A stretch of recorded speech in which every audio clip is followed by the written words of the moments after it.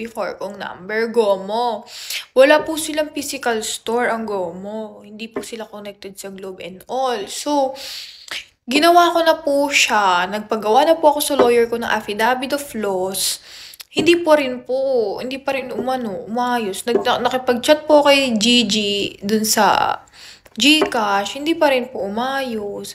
So, ang tanging paraan, sabi ng sekretary ko is pumunta na nga ng Bangko Sentral.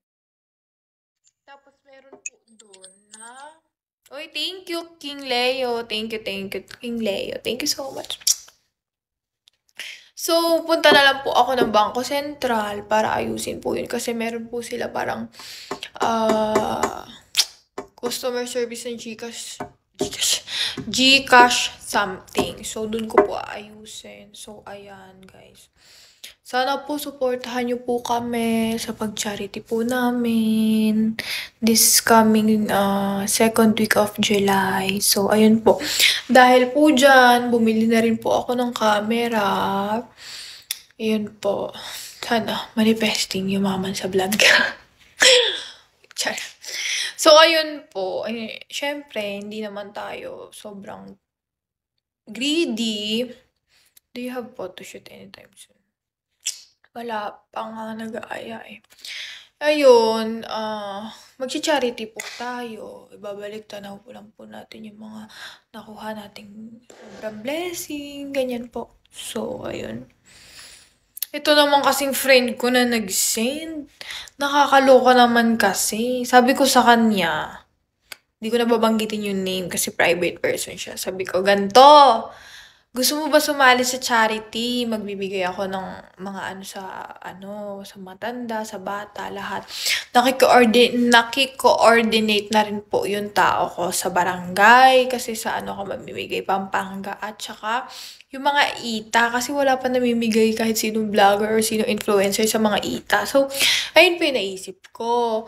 So, ayun na nga po. Sinabi ko dun sa friend ko, tinanong-tanong ko sila, yung iba nag-send, ganyan, 5K. And then, yung isa ko pong friend, yung pinagtanungan ko, sabi niya, okay na, nasend ko na sa GCash mo. Sabi ko, ha? Hindi kasi nagsisend ng transaction eh. Kasi, syempre, private na tao. Sabi ko, hala, walang pumasok sa akin. So, ako, kinabahan ako. Sabi ko, hala, nasan yun? Tapos sabi ko, pwede mo ba ibigay yung reference or saan mo ba na-send?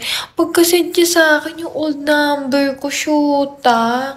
Sabi ko, sakit naman ang ulo na to. Naging abonado pa nga sa wala sa oras. Pero wala, baka ganun talaga. Pero sana, maano ko siya sa Manila, maayos ko. Ma-transfer yung pera sa akin dun sa dati kong old number dito sa bago ko number. Ayun.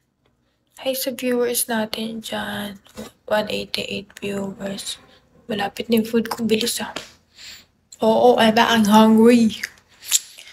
Ay, napaka-komplikado ng buhay. So, ayun. Guys, supportahan niyo ako sa YouTube ko. Manood kayo ng YouTube ko, please. Kahit manood lang po kayo. Kasi